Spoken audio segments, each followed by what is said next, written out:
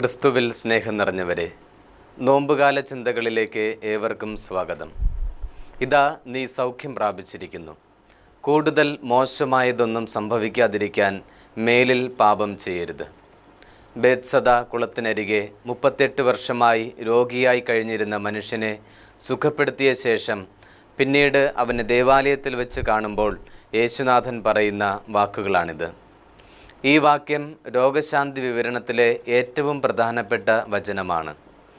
രോഗവും പാപവും തമ്മിൽ എന്തെങ്കിലും ബന്ധമുണ്ടോ എന്ന് ചിന്തിക്കാൻ ഈ വചനം നമ്മെ പ്രേരിപ്പിക്കുന്നു.